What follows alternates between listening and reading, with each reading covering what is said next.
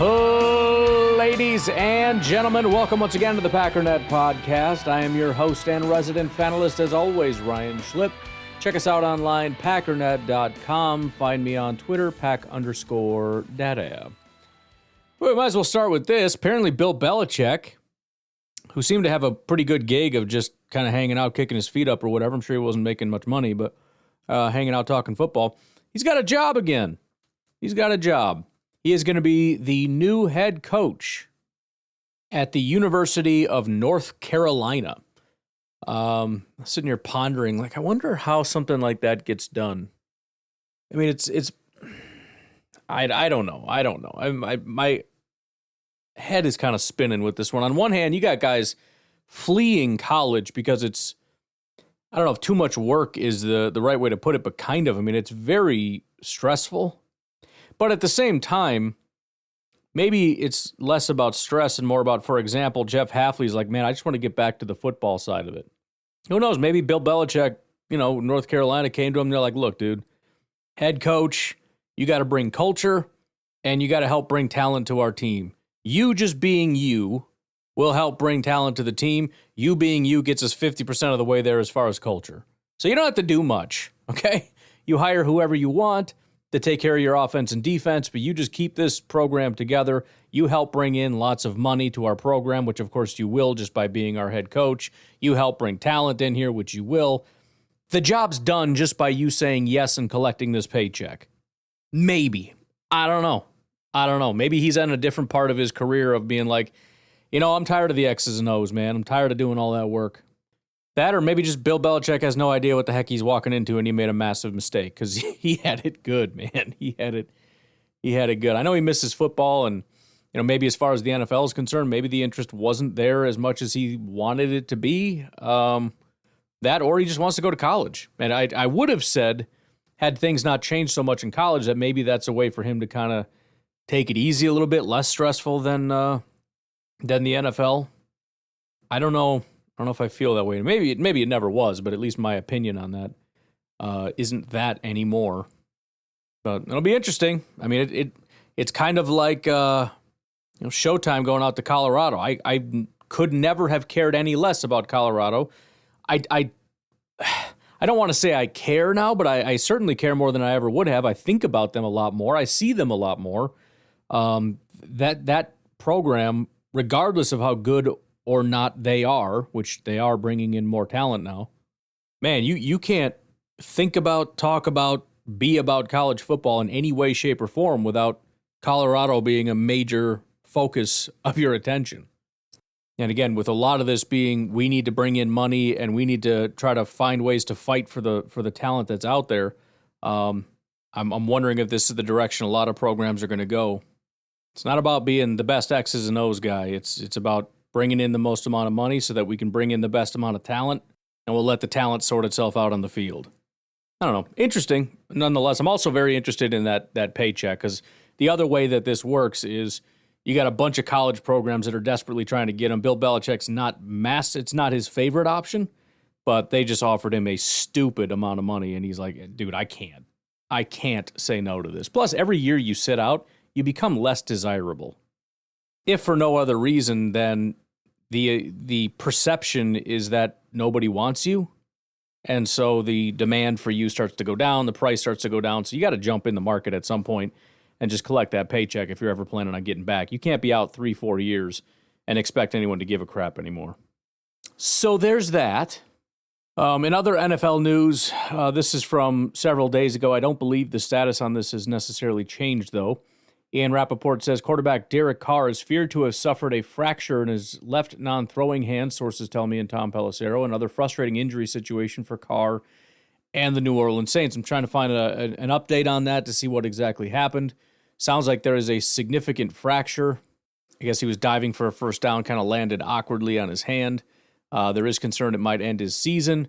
There are only 4 games left, and he's also in concussion protocol, so it becomes very difficult to assume anything necessarily. It does sound like the decision as of right now is that he is not going to be going on IR.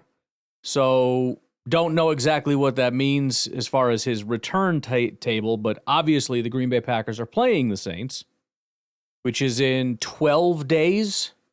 So not IR, but we'll see if he'll be ready to go in 12 days or not. May as well get into the news of the day. We did get to hear from the head coach today for me. And so we got some injury updates here. Got mostly good news. Guys that did not participate, Javon Bullard, as I mentioned, he is week to week, so there's no expectation of him even practicing this week. We'll go from there. Marshawn Lloyd was not on the field, and Jordan Morgan also not on the field. He remains on IR. I believe he is eligible to return, but they did not bring him back yet. Limited participants in practice. Cornerback Corey Ballantyne has a knee injury. Linebacker Edgerrin Cooper with his hamstring injury. Tight end Luke Musgrave with his ankle injury. His first practice since being on IR. He is in that designated to return window, so he has 21 days to officially be activated. I kind of think he'll be back this week, would be my expectation. There's no reason to rush him back on the 53, I wouldn't think at this point, but that would be my thought. I guess we'll have to wait and see on that. Safety Evan Williams was limited in practice with his concussion and whatnot. He is still in the concussion protocol as of right now, but he is practicing at least.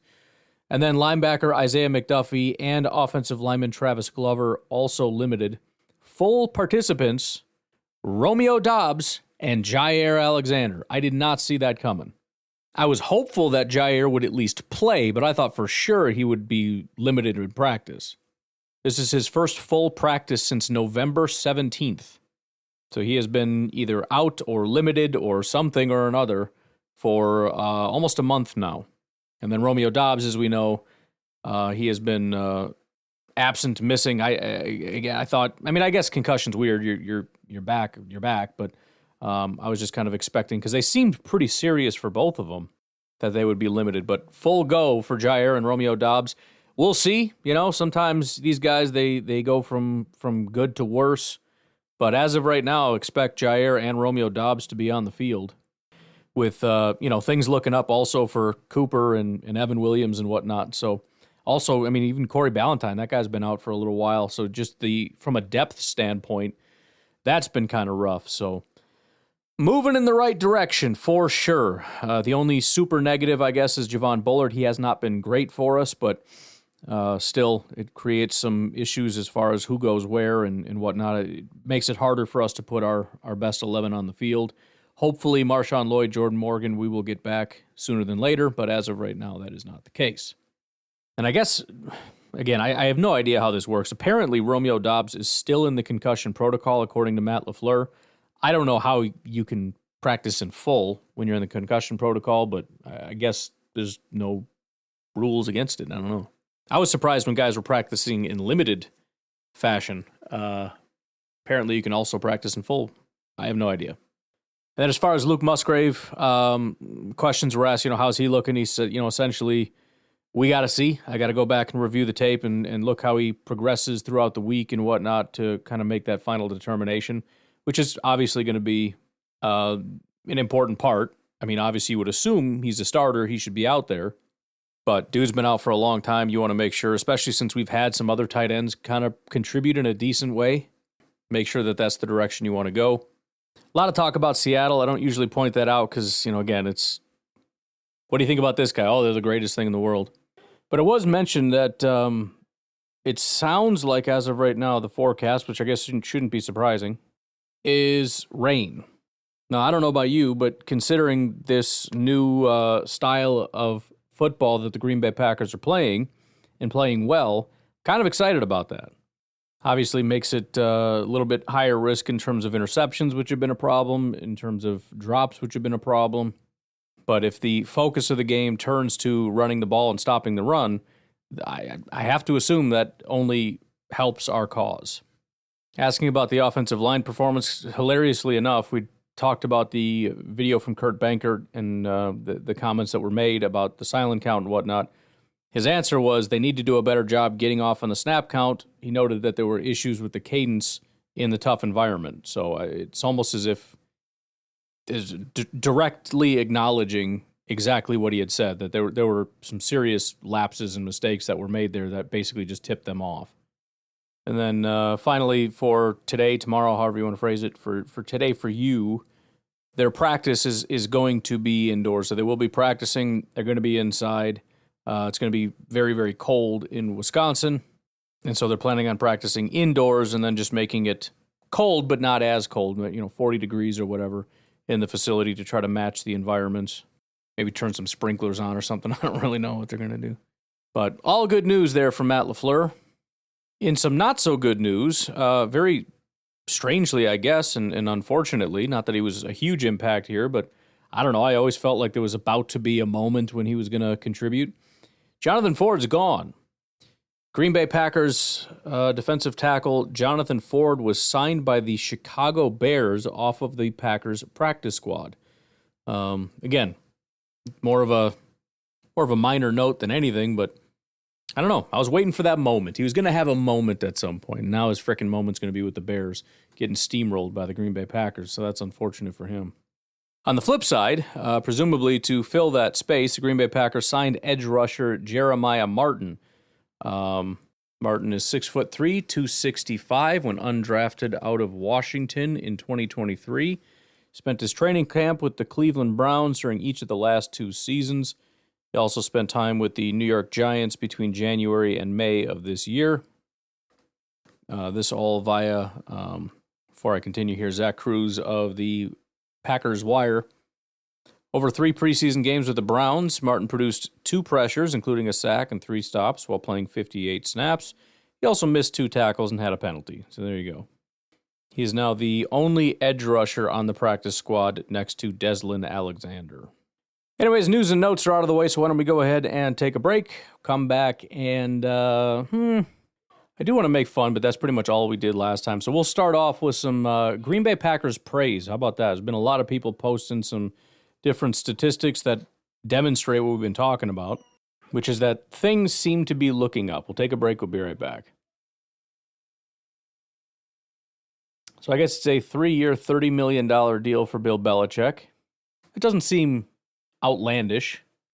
I don't think it's small, $10 million. It's at the higher end of the market. I think there's 3 coaches right now that are higher than that. Steve Sarkisian, Texas 10.6, Dabo Swinney 11.5 at Clemson, and Kirby Smart 13.3 at Georgia. So one of the guys that's been getting a bit more praise is Jordan Love. Here's Tyler Brooks looking at adjusted net yards per attempt compared to EPA per dropback. It's a whole x-axis, y-axis, axis. It's always tough to tell kind of who's the best because it's kind of depends. You probably put Josh Allen furthest out on that line. Then you've got 4 guys, and I can't even tell who's who. We got Tua, and I don't even know if that was Josh Allen over there. It doesn't matter. Jordan Love is one of those next 4. The interesting thing is the other 3 are so that, generally there's the trend line. They are further in EPA per dropback than Jordan is, but below the trend line when it comes to adjusted net yards per attempt. Jordan Love is way above everybody in the NFL in adjusted net yards per attempt. In fact, the 2 highest guys, it looks like I think that's Josh Allen and then Sam Darnold. They're at about 9. Jordan Love is sitting at probably 11, with the main cluster of quarterbacks sitting around, 6. Bottom line is, though, when you look at these 2 things, he is in the top 5 of quarterbacks. You've got Zach Cruz, who says Packers quarterback Jordan Love, since the bye week, weeks 11 through 14, 10.3 yards per attempt, which ranks first, 118.8 passer rating, which ranks third, 6 touchdowns, 1 interception, 79.3 adjusted completion percentage, which ranks 8th, which is really good because remember, the accuracy thing, the completion percentage, adjusted completion percentage, he's always pretty on the low end of that. So just being top 10 for him is great. His EPA per play ranks 2nd, 10.5 yards per attempt when pressured, which ranks 2nd, 10.1 yards per attempt from a clean pocket, which ranks first. And you got Wendell Ferreira saying Jordan Love's turnover-worthy play rate weeks 1 through 9 was 3.7%. It's now 2.8% since week 11. So I figured, obviously, some of these are a little cherry-picked. Why don't I just go and look at the whole thing? I can't use NFL Pro because you can't select week ranges. You can only select weeks, which is stupid. But you can use PFF and look at ranges. So let's just go through it here. First of all, the PFF grades are not starkly different, but they are different. 71 PFF grade for Jordan in the first portion. That's, through week 9 or whatever. 81 since week 10, since the bye week. His passing grade has gone from a 71.5 to a 78.4. So not huge, but still, you're low 70s to basically around 80, high 70s. His overall rank, if you look at, actually, let me adjust this. Let's do overall first. Actually, it's not. It's more impressive the other way. Let's stick with passing. So in the first portion, Jordan Love ranked 19th in passing with his PFF grade at a 71.5. As I said, he was actually sandwiched between Josh Allen and Tua, which is not the worst position to be in, I suppose. As of right now, his passing ranks 12th. He's tied with Russell Wilson at his 78.4. If you look at overall, though, interestingly enough, Jordan Love in the first 9 weeks of the season ranked 22nd overall, which is pretty terrible between Justin Fields and Tua. Right now, Jordan Love is 9th, hilariously, between Bryce Young and Bo Nix. Bryce Young is the 10th highest graded quarterback right now. Bo Nix is 8th. Anthony Richardson is 7th. What is even happening right now? Got 3 NFC North quarterbacks with Sam Darnold, the number 1 quarterback in that span with a 93 PFF grade, for crying out loud. He has been on an absolute tear. Just 4 weeks in a row. His worst game was against Arizona, 78 PFF grade. Just insanity. Jared Goff ranks 5th. Jordan Love ranks 9th. That leaves the Chicago guy down at 19th. So there you go. Most of that is his rushing, though, which is hilarious.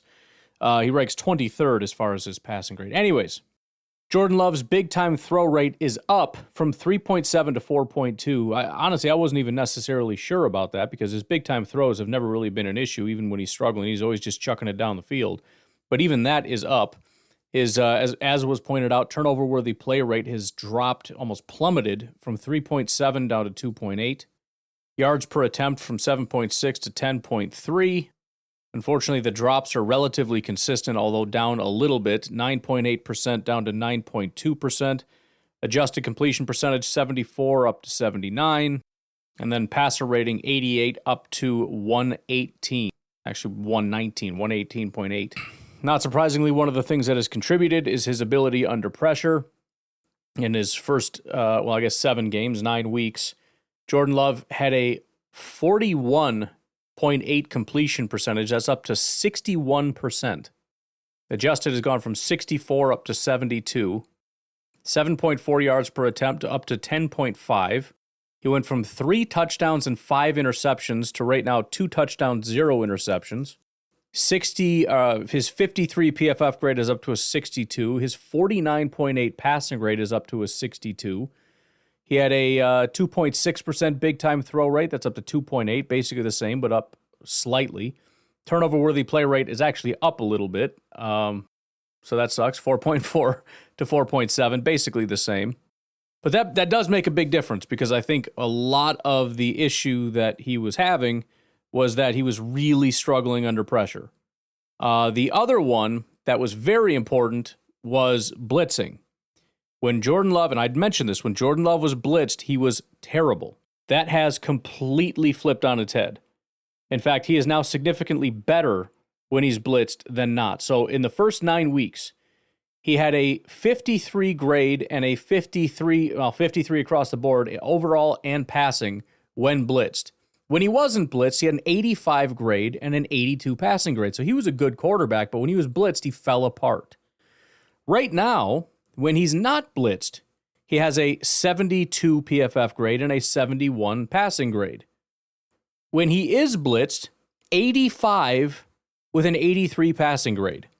This is something that Jordan Love and the Packers absolutely needed to get figured out, by the way, because this was being exploited a lot. 35% of his dropbacks, he was being blitzed. If you can't figure that out, you're in trouble. And they've been doing that to him all year.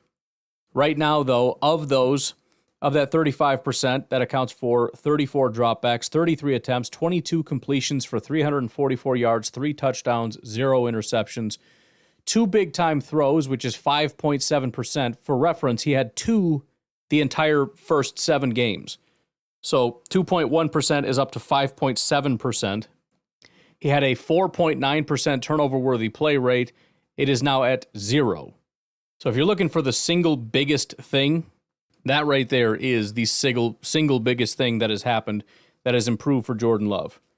He was really struggling under pressure, especially just when being blitzed, just kind of panicking and not really adjusting. And again, that may have been somewhat schematic. And, Matt LaFleur, I'm sure, played a part in that in terms of helping and making sure that we find a way to make some adjustments. But he is night and day to the point that, like I said, he is now better when blitzed than not, which to some degree makes sense.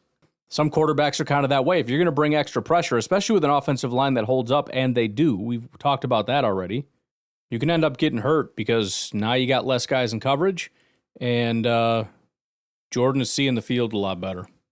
The other guy that's been highlighted, and this again is from Zach Cruz, is Lucas Van Ness. Since the Packers traded Preston Smith, Lucas Van Ness has an 18% pass rush win rate overall, 28.6% pass rush win rate in true pass sets, and an 89.1 PFF pass rush grade across 52 pass rush snaps in 4 games. He might be ready for a bigger role. So first of all, I didn't have any idea about his pass rush grades being that good. I just completely escaped me. Now, to be fair, that's primarily on the back of one game against San Francisco where he had a 94 grade. But still, against Miami, it was a 69, so that's basically a 70.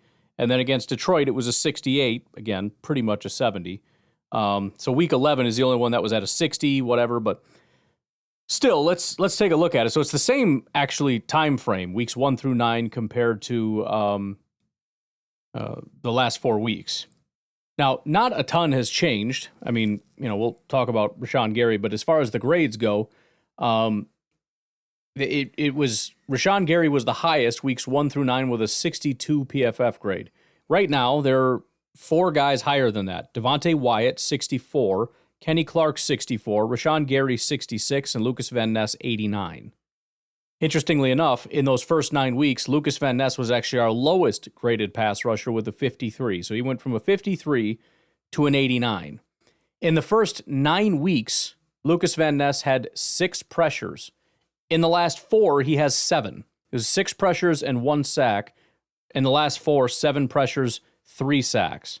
Those 6 pressures and 1 sack came on 141 attempts. That is an astonishingly low 4.3%. That is disgusting. His 7 pressures and 3 sacks have come on just 52 attempts, which is 13.5%. That's not mega elite, 17, 18%, but it's in the quite good category, right? You got the good-ish category of 10 to, acceptable 10 to 11%-ish. 13 to 15% is real good. If we look at PFF's win percentage, we had the highest was Rashawn Gary at 9.5%. Right now, Rashawn Gary's up to 14%. Lucas Van Ness is at 18%. He was at just 6.7%, so he's more than doubled. If we look at true pass set grades, Lucas Van Ness was again the lowest at 55. He is now the highest. Actually, they're tied. Rashawn Gary and Lucas Van Ness are tied, 72.1.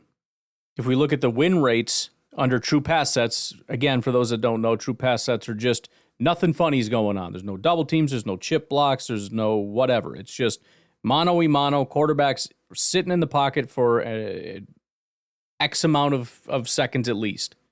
The highest was Rashawn Gary at 12.1%.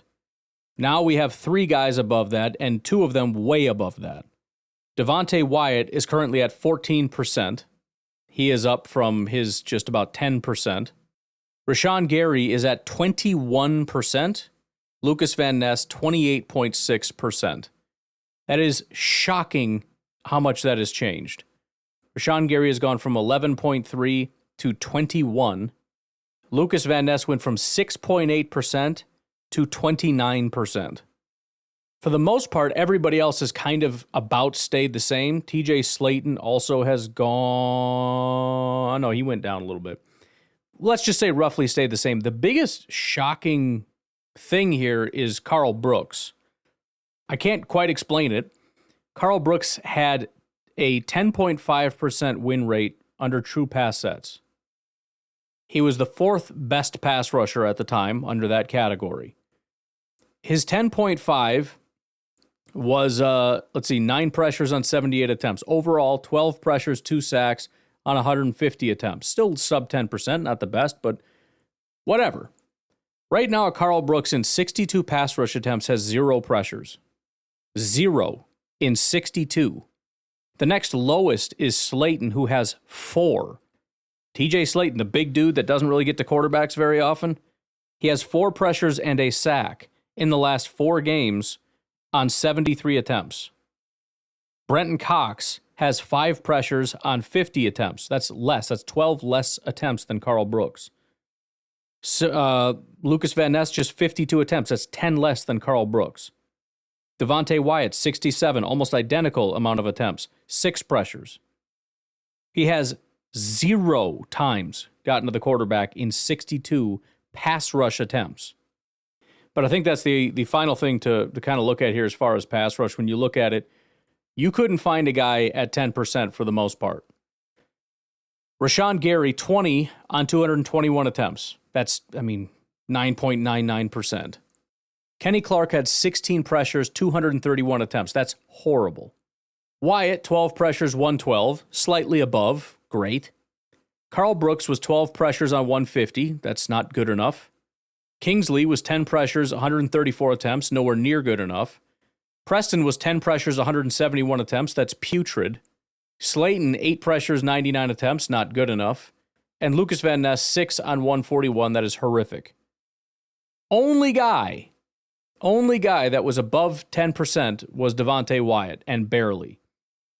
As of right now, we have got Brenton Cox at exactly 10%, 5 pressures, 50 attempts.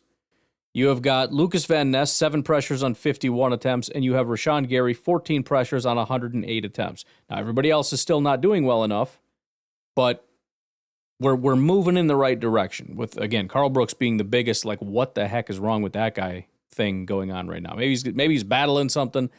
I don't know. But yeah, I have highlighted Rashawn Gary plenty. I think this last game was somewhat underwhelming, but still overall, it's been going great. The last, since week 6 or so or something like that. Lucas Van Ness kind of got past me a little bit. I didn't really notice how good of a job he was doing. Now, it's on limited snaps, but that's kind of the point. Let's expand that a little bit. He should not be like our 4th pass rusher right now. Anyways, why don't we take a break and we'll talk a little crap, and then we'll get out of here. We'll be right back. So I was talking about the Bears last time, and I was talking a little bit about polls, but I mentioned I didn't want to get fully into it. Why don't we go ahead and just empty out my polls folder real quick, okay? I'm just going to read through and listen through some of these fun little ditties here. This is from To Kevin on X.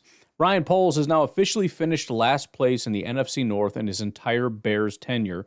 This guy does not deserve to be the GM of any organization. Grimm says Ryan Poles tore down this team only to rebuild a crappier one. He didn't say crappier, but you get the idea. It's funny because it's true.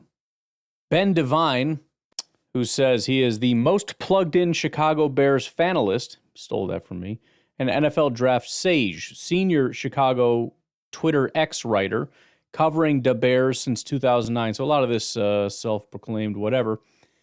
He says there is almost zero chance the Bears bring back wide receiver Keenan Allen next year. Now, I don't know if this is true or not, but I don't care because it's funny. You brought in this guy, which was a stupid decision. And for what? It didn't help your team. And then he's just going to leave. And then you're going to get even worse, which is hilarious. To Kevin again, says, Flus sucked, but I think it's clear what the real problem is, which again is hilarious because they're constantly just shifting the blame. It's the offensive coordinator. He gets fired. Actually, it's Flus. He gets fired. I think we all know who's really to blame here. Poles, right? Poles gets fired. Team's going to suck. Guess what they're going to do? They're going to go after Kevin Warren. And then if Kevin Warren gets fired, they're going to go right back to what they've been saying the whole time. It's the McCaskies. And then we got this video here. This is from Aldo from the Barroom Network.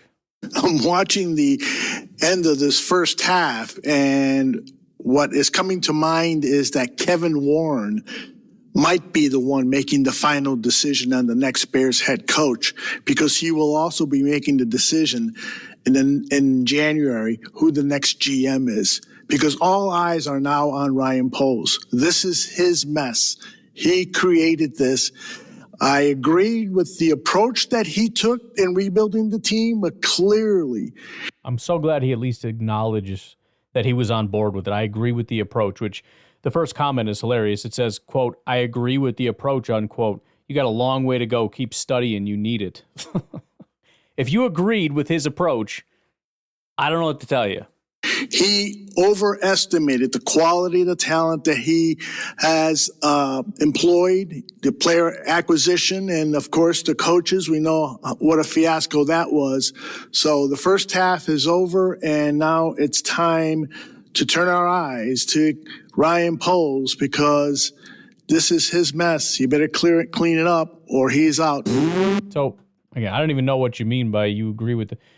Maybe you agreed with it. I don't know how you could agree with it and also say he's the reason that everything sucks. But whatever. Doesn't matter.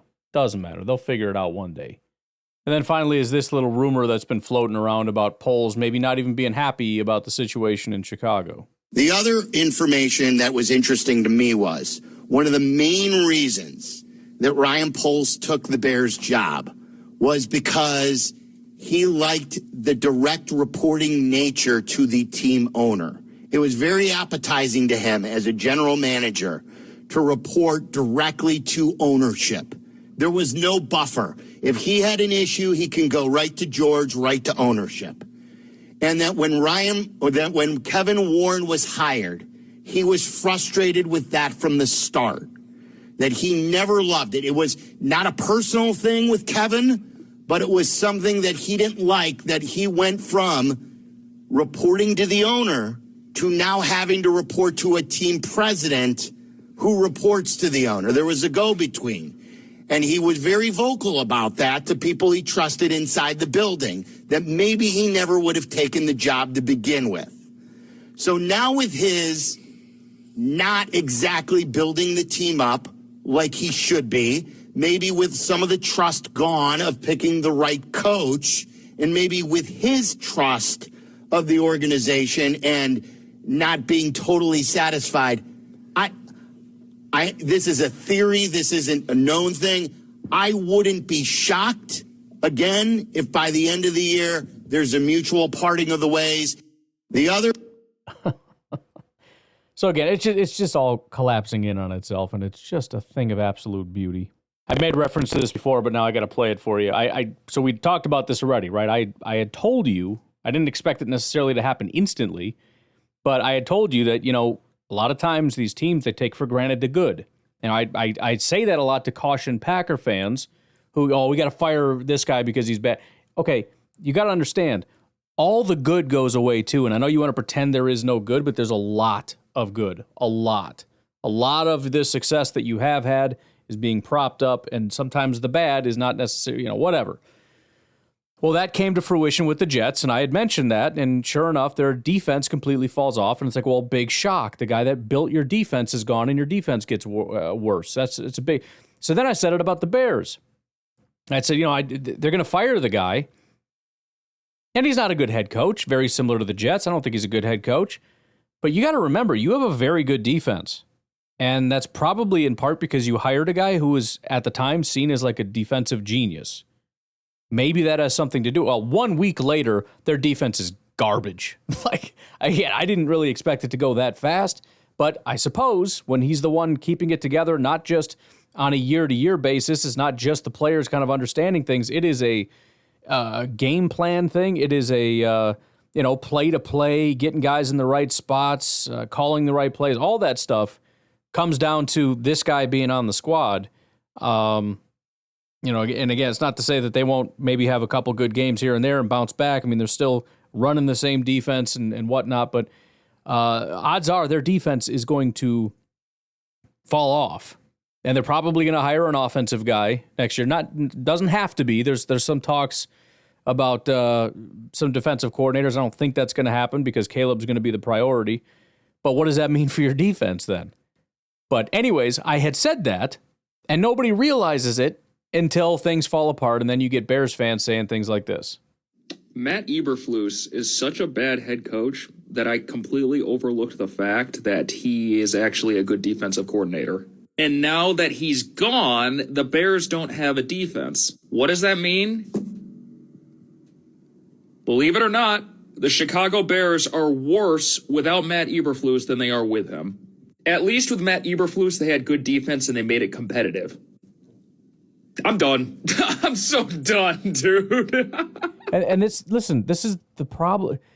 What did I say? Bears fan, I don't know if I actually even said this because this is one of the things I was going to tweet out, and I was like, no, you need to not get into fights. If I didn't say it on the podcast, I'll say it now. Bears fans are great, and the Bears organization, you could lump into this as well, but they're great at identifying problems. They're terrible at identifying solutions to those problems. The team is bad. Fire the coach. Okay, what about fire the coach? And then they do that, and it creates more problems. Like, I don't even know what to do anymore. Stop making stupid decisions to begin with. Again, this isn't to say Flus should have stayed hired forever, but a midseason firing would indicate that you're trying to what? Improve your team. You thought you were going to get better because you're stupid. And again, it's just, even still, like, you should have recognized this. Like, oh, this is going to suck. Like, our team's going to take a big step backwards defensively, but hopefully we'll get an offensive guy in here. We'll get a better offense. We'll get a new defensive coordinator that can handle the defense, and we can kind of rebuild that. It's like that should have been known. But the fact that this is like a shocking revelation of like, oh, I can't believe I didn't see this coming. This is what. Come on, guys. Freaking come on. I am never going to get hyped up about the Chicago Bears ever again. I got hyped up for them going into the season. I got hyped up after they fired Matt Eberflus because I thought, you know what, if they could just get somebody else to take over game management but play exactly the same, on paper they should be really good. Again, and that's the whole issue. Everybody thinks that you can do these major things and nothing changes except the couple little negative things that we want to change. That's not how that works. Like, if we could just get rid of this guy entirely, that is, the guy that has built this entire team, the good and the bad, he built it. You take him out entirely and put somebody else in charge, and we'll just assume nothing changes except for some reason the bad things, and those become good. Come on. Good.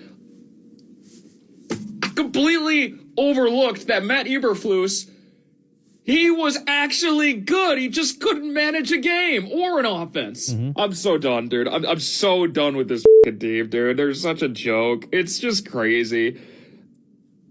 I will give them credit. But again, as much as I'd love to just agree, it's crazy to call them so stupid when you didn't think of it.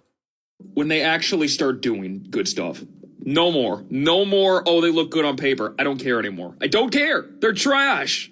They're losing every single game for the rest of the season. Yep, that's what's going to happen. And in fact, I think they're going to get steamrolled through the next, They got 4 games left after this. Yeah, they're probably going to get blown out in every single game. Matt Eberflus was the life of this team, believe it or not. We were all too harsh on him, maybe. The only way this team has a chance, the only way I'm going to get hyped up for this team going into the offseason is if they manage to get Ben Johnson. But I've made a few different points as to why that's very unlikely to actually happen. But it might. I seriously doubt it, though. I don't know why he would want to leave Detroit for this mess. Very Chicago, true. thank you for your time. Okay, be quiet. Very, very true. In some more funny Chicago Bears drama, Roma Dunze's dad has actually been pretty active on social media. coming to bat for his son, and in some ways doing that by criticizing other people. So an account by the name of Black Ditka posted Rome Odunze would have 1,100 yards on any other NFC North team. James Odunze, who is Rome's dad, said 1,500. Now, that doesn't have to just be a shot at the quarterback, but either way, it's a shot at the Chicago Bears. Whether it's the wide receiver room, the quarterback, the offense in general, the coaching staff, whatever, the point is, he's pointing out Odunze would have been better off with literally any other team in the NFC North. So now we got players whose parents, we already know about Caleb's dad being massively, overly involved in causing problems. Now we got Rome Odunze's dad chiming in. I mean, it all adds up. Last thing. We have Lance Briggs, Chicago Bears legend, I guess you could say. Very good football player. He wanted to chime in on his thoughts on some of the issues with the Chicago Bears. Here's what he had to say. You've got to be reliable when he throws the doggone ball. Catch the ball.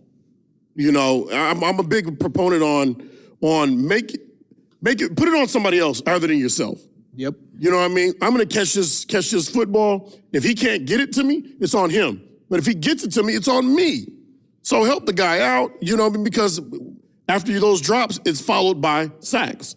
We catch those drops, we extend the drive, we don't get the sacks. So as per usual, we are blaming everybody else around the quarterback. We said this with Justin Fields. It was the same thing. This poor guy, everybody's dropping the ball all the time. You go look at it, the drops are really not that big of an issue, but everybody, they swore up and down he had the worst team for drops in the whole world. Well, let's go look. Let's go see how terrible it is, how unreliable these wide receivers are for the Chicago Bears. If we sort all the wide receivers by drop percentage, first of all, kind of pointed to this a while ago, nothing has really changed. Romeo Doubs is the 13th worst wide receiver in the NFL for drops. Jaden Reed is the 4th worst wide receiver in the NFL for drops, and Dontavian Wicks is the worst wide receiver in the NFL for drops. Now, keep in mind, there are 32 teams, and so you would expect in the top 32, each team has roughly one player. The Packers, of course, have 3 in the top 20, but you would expect to have at least one. Where is Chicago's worst wide receiver? Their worst wide receiver is Keenan Allen, and he ranks 43rd. He has dropped 4 passes this year, which is 7.8%. After that is Rome Odunze, who ranks 56th, and then DJ Moore, who is 78th. They don't have a drop problem in Chicago. They don't. How about tight end? Cole Kmet ranks 31st. You know how many drops he has? 1. There's not a drop problem. You know what there is? It's called an accuracy problem. Let's take a look at PFR. North Carolina is hiring Michael Lombardi as their GM, joining Bill Belichick. That is hilarious. Well, there you go. If we look at this, you can see the drop percentage. Where does Caleb rank as far as guys that are having the most drops? 29th, actually. 29th, with Jared Goff having the best situation, actually tied with Jalen Hurts. Then Dak at 2.2%, Matt Stafford 2.6%, Gardner Minshew 2.8%, Caleb Williams 3.4%. He actually has one of the best situations in the entire NFL when it comes to drops. What about bad throws? So he's got one of the best wide receiver cores in the entire NFL when it comes to being reliable and catching the ball when it comes to them. How reliable is Caleb Williams at getting the ball to them accurately? He is the 3rd worst quarterback in terms of accuracy. Anthony Richardson, 27% of his passes are considered bad throws. Bryce Young, 24.6%. Caleb Williams, 22.7%. 3rd worst. He is the 8th worst when it comes to on-target passes, and this is where Jordan Love really struggles. He is the 4th worst, which again is why I think there's a lot of drop issues in Green Bay, at least in part. You got to catch it. I get it, but try to put it in a better spot and you'd have less drops. But again, there is no drop issue in Chicago. And considering how wildly inaccurate he is, it's actually shocking that they have some of the least drops in the NFL. But of course, we got to rally the wagons, right? We got to circle the wagons around Caleb. Can't ever be his fault. Well, sorry to tell you, it is 100% his fault. All right, I'm going to get out of here. You guys have a good rest of your day. Got a 49ers-Rams game going on. Not really worth talking about, so enjoy the game. I'll talk to you tomorrow. Have a good one. Bye-bye.